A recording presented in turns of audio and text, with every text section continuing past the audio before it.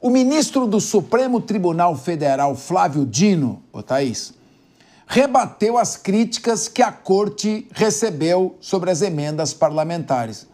Bom, desculpa, a crítica o quê aí? Durante a audiência nesta sexta-feira, o ministro afirmou que o debate sobre o tema não é individual ou de um único partido. Thaís, vamos ouvir o ministro? Vamos lá. O tema das emendas impositivas, em particular, perpassa o governo da presidenta Dilma Rousseff, o governo do presidente Temer, o governo do presidente Bolsonaro e o governo do presidente Lula, e perpassará também o próximo presidente da República, seja ele quem for. E, portanto, o esclarecimento primeiro que faço é que nós não estamos tratando de um tema de interesse de um governo. Naturalmente, há interesses dos governos, os pretéritos e os futuros que virão, regidos por esta Constituição. Olha, o ministro Flávio Dino ainda ressaltou que as decisões tomadas até o momento sobre as emendas parlamentares foram do plenário do Supremo Tribunal Federal, como um todo, não dele individualmente. E citou que há uma desinformação agressiva a respeito disso. Thaís, a gente tem um outro trecho aí, vamos acompanhar. As decisões até aqui tomadas nessas ações e também na DPF 854 não foram decisões monocráticas, porque às vezes há essa desinformação, eu diria até uma desinformação agressiva, no sentido de que se cuida de uma vontade individual. Todas as decisões que nós estamos aqui tratando foram do plenário do Supremo Tribunal Federal. É importante lembrar isso, porque nós estamos tratando de um tema que foi confirmado inicialmente sob a relatoria da ministra Rosa Weber e depois sob a minha própria relatoria e, no caso das decisões que eu proferi sobre plano de trabalho, prestação de contas, transparência, etc., houve o referendo pelos 11 ministros do Supremo Tribunal Federal. Provavelmente a presença dos presidentes do Senado, Davi Alcolumbre, e da Câmara dos Deputados, Hugo Mota, era aguardada na corte. Mas os líderes, prudentemente, que ia aparecer enfrentamento, não compareceram à audiência. Thaís Cremasco, tinha um jogador de futebol, ele está vivo até hoje, que eu gostava muito, Dadá Maravilha, com que ele era autor de uma frase célebre: uma coisa é uma coisa, outra coisa é outra coisa. Olha, desculpa, 50 bilhões de reais, agora aumentaram o orçamento, são 63, quase 63 bilhões de reais, Thaís, de emenda parlamentar. E você quer enviar uma emenda parlamentar sem que haja uma destinação específica? Cai na conta da prefeitura e ninguém sabe para onde vai? Isso é certo, Thaís? Ele quer mandar uma emenda parlamentar de comissão para não saber quem é o deputado que mandou, porque a empreiteira não vai saber se é dele ou não é? Querem mandar emenda parlamentar para a ONG que não tem nenhuma transparência? Acharam 6 milhões de reais em dinheiro com o deputado? Tal de doido. Eu pergunto, os deputados têm que ter um pouco de noção, você não acha? Vai questionar o Supremo nisso? O Supremo está certo nisso? Ou será que eu estou sendo muito amargo? Que bom que você está defendendo a atitude do Supremo, acertadíssima. Está colocando um holofote numa questão política que o Brasil precisa entender o que está acontecendo. Transparência dos atos públicos, transparência do dinheiro que acontece, isso é um direito de todo cidadão. Então, essa questão do controle, da transparência que vem através dessa atitude do Supremo é fundamental para que a gente saiba as emendas parlamentares são erradas, é ruim? Não, está na Constituição, tem que existir, ajuda o dinheiro a chegar para aqueles grupos minoritários apagados, historicamente violentados, mas, por outro lado, precisa ter transparência. O orçamento secreto que políticos no passado fizeram para desviar para cantores sertanejos milhões e milhões de reais, agora a gente precisa ver para onde foi esse dinheiro e, a partir de agora, essa transparência tem que ser a regra. Porque o povo brasileiro não aguenta mais passar fome, ver o filho passar fome na merenda escolar e depois vir um cantor sertanejo fazer show para meia dúzia de pessoas. Então, por favor, que o STF continue com a seriedade e cumprindo o papel que tem, né? Que é garantir que a Constituição seja cumprida. Ô, Ricardo Rose, em tese, teoricamente, eu concordo aí com tudo que falou a Thaís Cremasco. Mas na prática não é assim. O sistema existe, ele está deturpado, por mais que você queira aperfeiçoar, que é bom que ele manda uma emendinha para asfaltar uma rua, manda para aquela entidade assistencial, manda ela para fazer a entrada do hospital, manda uma ambulância. Por mais que seja essa a finalidade, ela foi deturpada a tal ponto que eu não sei sua opinião, mas não é melhor cortar o mal pela raiz? Não vai gastar 62 bilhões, não, porque o governo está com déficit fiscal. E o governo, então, que torra dinheiro público como um desesperado, pelo menos não vai torrar com 62 bilhões. É uma questão de prioridade. Não é mais prático assim? Ou será que é melhor manter a teoria do que a prática? Não está funcionando, Capês. As emendas parlamentares hoje no Brasil são um câncer na nossa democracia. Isso é um atentado contra a democracia. É fato que consta, é legal. Não estamos falando de ilegalidade. É legal, mas não é moral. Coloque uma lupa sobre as emendas parlamentares que vocês verão. E o Supremo está fazendo isso de forma acertada, neste caso. Coloque uma lupa nas emendas parlamentares que verão o tamanho do problema. A gigantesca maioria das emendas parlamentares são usadas de forma deturpada. Não tem transparência. E ainda quando tem transparência, se você pôr uma lupa, tem jeitinho. A ONG é de conhecido, é de amigo, é de parente, é de assessor político, não funciona o sistema das emendas parlamentares no Brasil. Esse papo de que é para fazer chegar lá nas classes desfavorecidas não é conversa. Vai investigar aquela ONG lá que está chegando, que na maioria dos casos, não vou generalizar, estou dizendo que na maioria dos casos tem coisa errada, sim, é utilizado por políticos ruins, despreparados, para atos de desvio de dinheiro público. E o Supremo Tribunal Federal está colocando o dedo nesta ferida de forma acertada. É um problema grave, o Supremo está detectando isso e está identificando, está dando transparência ao bando de ilegalidade. Hoje, inclusive, nós tivemos aí prisões de prefeitos, um monte de coisa acontecendo por causa de quê? Por causa das emendas parlamentares desviadas do seu propósito. Se o Poder Legislativo fizer aquilo para o qual o povo paga ele para fazer, que é fiscalizar o porquê não tem dinheiro para aquela ambulância naquela cidade pequena, o porquê que não está chegando dinheiro para a saúde, já será o suficiente. O Poder Legislativo cria leis e deve fiscalizar. Só que ele não fiscaliza adequadamente, porque muitas vezes é ele mesmo quem manda o dinheiro de forma equivocada para lá. Então ele acaba não fazendo parte do seu poder, que é fiscalizar. E aí nós temos um problema. E daí acaba? Se não funciona, acaba. Não, emendas parlamentares acaba e as emendas parlamentares não pode moralizar? Não, é fiscalizar. O papel do Legislativo, Thaís, é fiscalizar. Então quem executa o orçamento é o Executivo. É para isso que existe a divisão dos poderes. O Executivo executa o orçamento. Não chegou orçamento para a saúde, ou para a educação, ou para tal ponto. O Legislativo fiscaliza e questiona no Judiciário por que não chegou.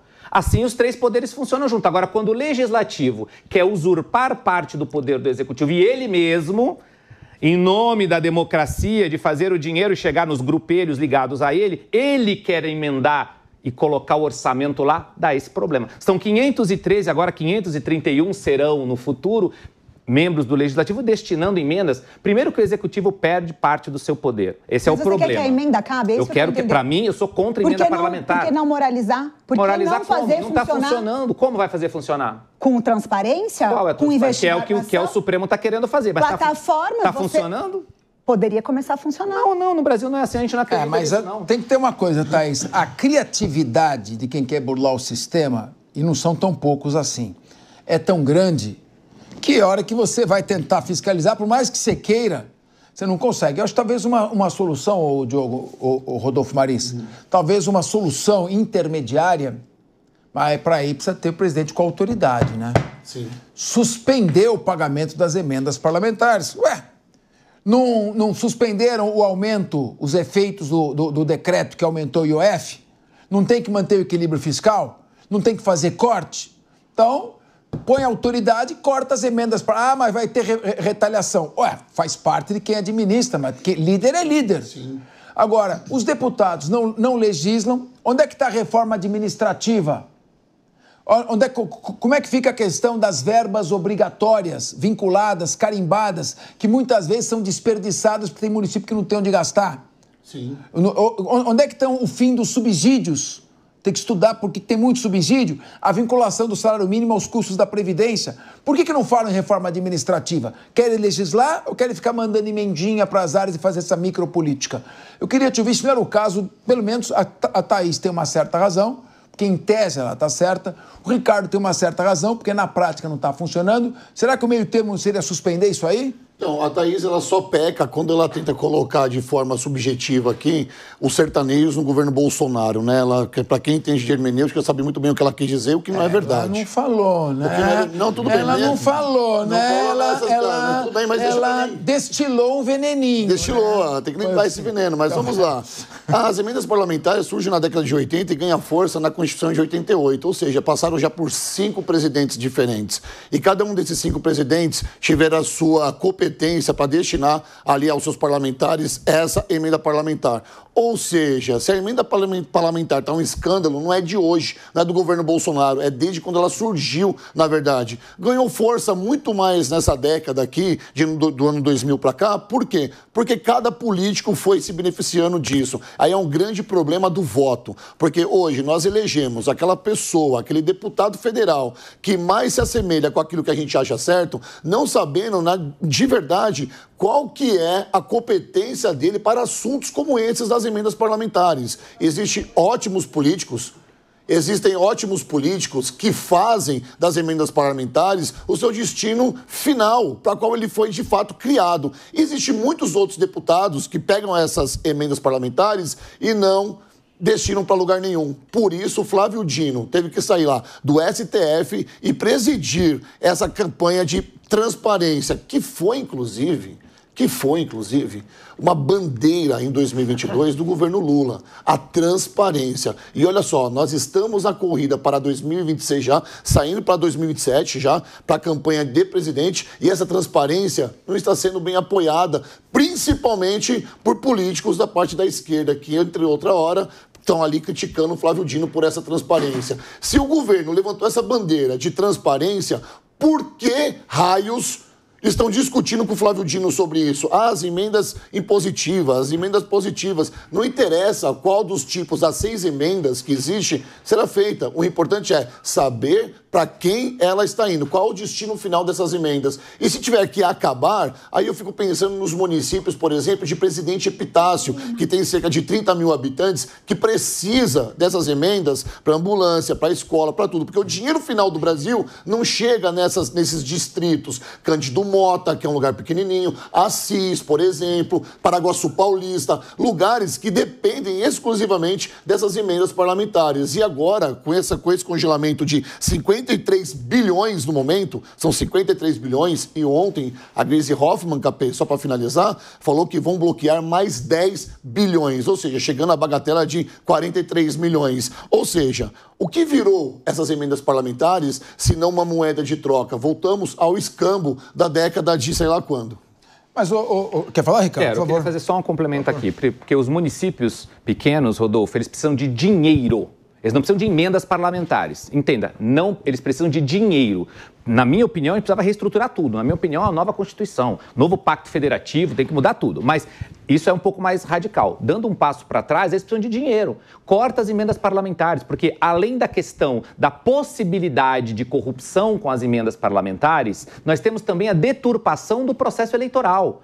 Porque o deputado que tem posse dessas emendas parlamentares, nós não estamos falando de pouco dinheiro, não. Parlamentar aí que tem 30, 40, 50, 60 milhões de reais por ano de emenda. Aí ele manda para essa cidadezinha pequena em troca do apoio eleitoral. Aí quando chega a eleição, vereadores, prefeitos de cidade pequena que precisam desse recurso, acabam se tornando o quê? Cabos eleitorais desses deputados, dificultando a renovação política. Então veja que essas emendas parlamentares, elas são um câncer na democracia brasileira profundo. Além da corrupção, que é um ponto que está sendo investigado agora pelo Supremo Tribunal Federal de forma acertada, nós temos também o curral eleitoral que é feito com as emendas parlamentares. Tudo isso porque realmente os municípios pequenos precisam de recursos, mas eles precisam de dinheiro, não de emenda. O dinheiro pode chegar através do Poder Executivo diretamente, sendo fiscalizado pelo Legislativo. Por que não?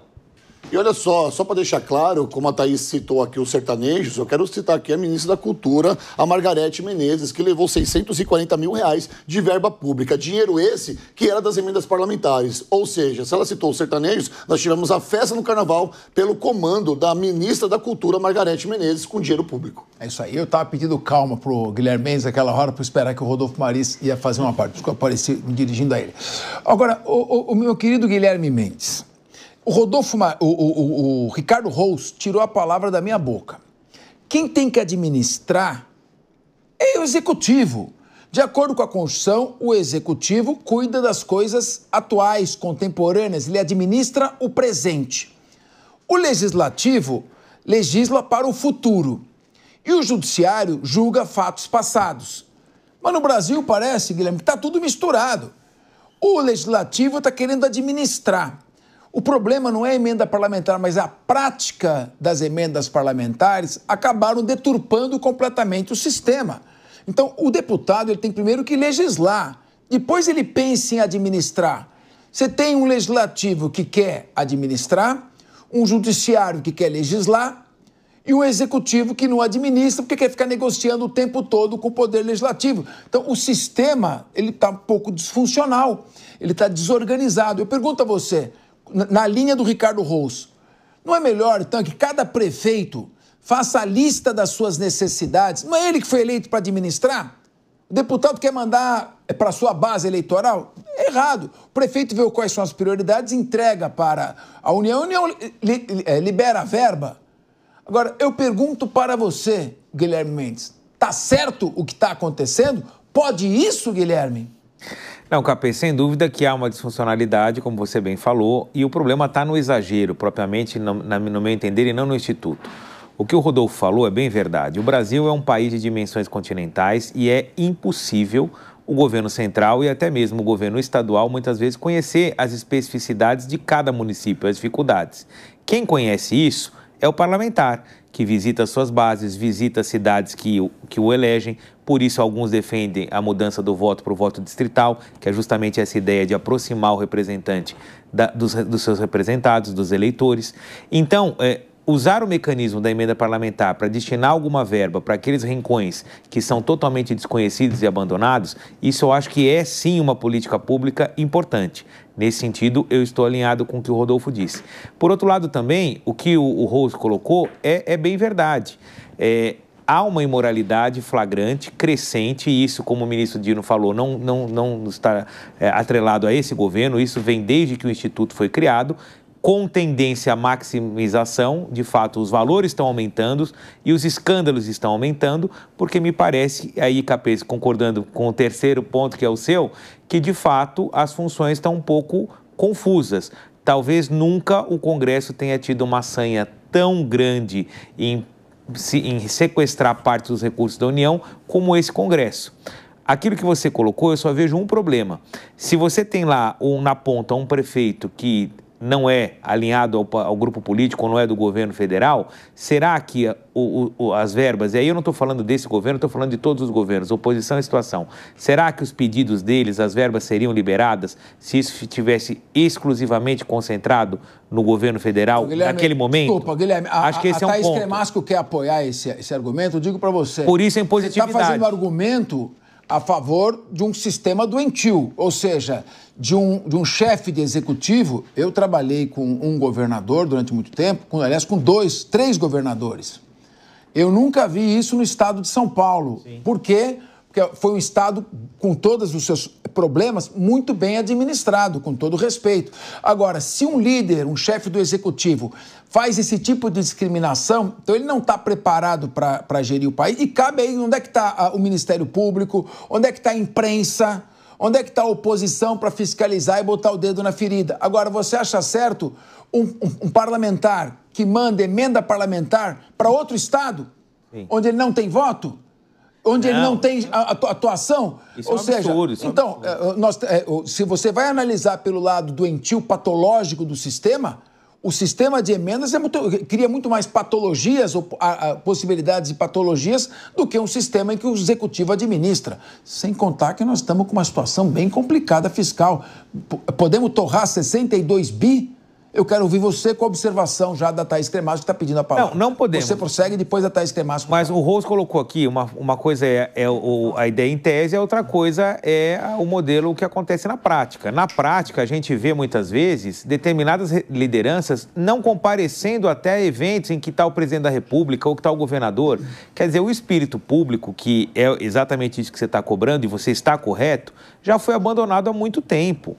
Então, quer dizer, grande parte dos governantes perderam a liturgia do cargo. Se eu não concordo com o presidente, ele vem no evento no meu estado, eu não compareço. Se eu não concordo com o governador e o governador vem no evento na minha cidade, eu não compareço. Então, isso, de fato, talvez volte a uma normalidade futura. Agora, botando aqui uma questão que aí caberia uma cobrança ao Congresso. Essa derrubada do aumento do IOF impactaria as contas públicas em 10 bilhões de reais. E eles estão corretos. A população não quer mais aumento de imposto e acho que aí sim o Congresso de fato representou a vontade da maioria da população. Mas o Congresso poderia também fazer um outro gesto. Abrir mão então desses 10 bilhões de reais, ou tirando das emendas, ou tirando do fundo partidário, porque aí eles também endossariam a ideia de que eles estão ao lado da população e das contas públicas. Aí o que eu acho que não dá... Aí se acordou. Exatamente. Não, mas Guilherme no País das Maravilhas. Eu estou no País das Maravilhas. Tirar do fundo partidário. Eu sei que isso não vai... Tranquilidade Alice.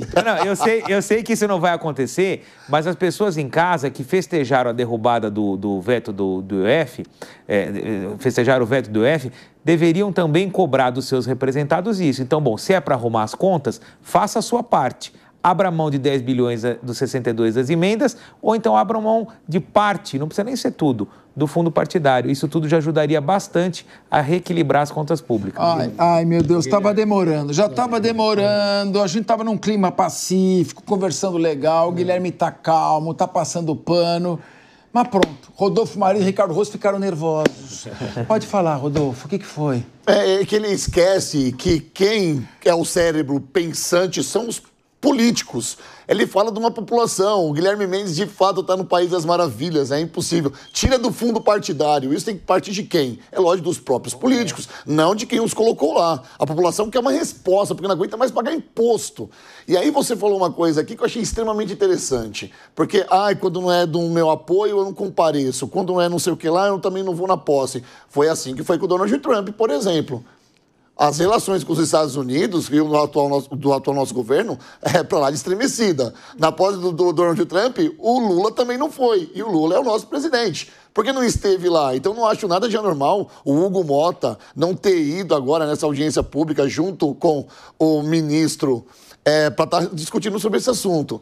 Pau que bate em Chico, também tem que bater em Francisco, meu amigo Guilherme Mendes. Rodolfo, só para completar a tua fala, que eu concordo com o que você falou aqui, eu acho que o Guilherme quis dar uma cutucada aqui na não presença do Tarcísio no evento ontem, que eu senti isso, que o Lula falou, o Lula já em campanha eleitoral cutucou ali, e o Tarcísio é dos mais republicanos homens públicos que eu conheço. Deixa eu só falar, Rose. Nossa até invadir a tua... Pelo amor de Deus. Isso é verdade. Não quis fazer nenhuma menção de verdade, porque o governador Tarcísio é uma honrosa exceção a essa regra. Ótimo. É um homem público, inclusive elogiou a vinda do presidente e elogiou a parceria entre o governo federal e estadual. Desculpa te interromper. Faltou, então, essa mesma hombridade ao presidente, que criticou a não presença do Tarcísio, sabendo já que o Tarcísio não poderia estar no evento, mas, enfim, passa essa parte aí. Mas acho que foi até bom pro Tarcísio não ir. A popularidade do presidente não tá lá essas coisas. Tá lá no chão. O Tarcísio até foi prudente de não ir. Mas o presidente Lula, vale lembrar aqui, Guilherme, que você falou essa questão das emendas parlamentares, o presidente Lula prometeu isso, presidente. O presidente, os seus eleitores, que não é o meu caso, nunca votei no PT, o senhor prometeu que não entraria nesse samba de emendas parlamentares. Lembra, eu assisti esse debate entre o senhor e o ex-presidente Bolsonaro e o senhor disse que não entraria, que acabaria com esta lógica de emendas parlamentares que estava acabando com o poder do Poder Executivo. O senhor falou isso no debate numa grande emissora brasileira. Cadê, presidente Lula? Cadê a sua força como chefe do Poder Executivo, a vontade de conduzir o país para um outro lugar e dar uma travada agora que o país precisa de ajuste fiscal? 60 bi de emendas parlamentares virou um escárnio no Brasil. Estamos esperando, presidente. O seu eleitor está esperando. Eu nunca acreditei, mas o seu eleitor acreditou.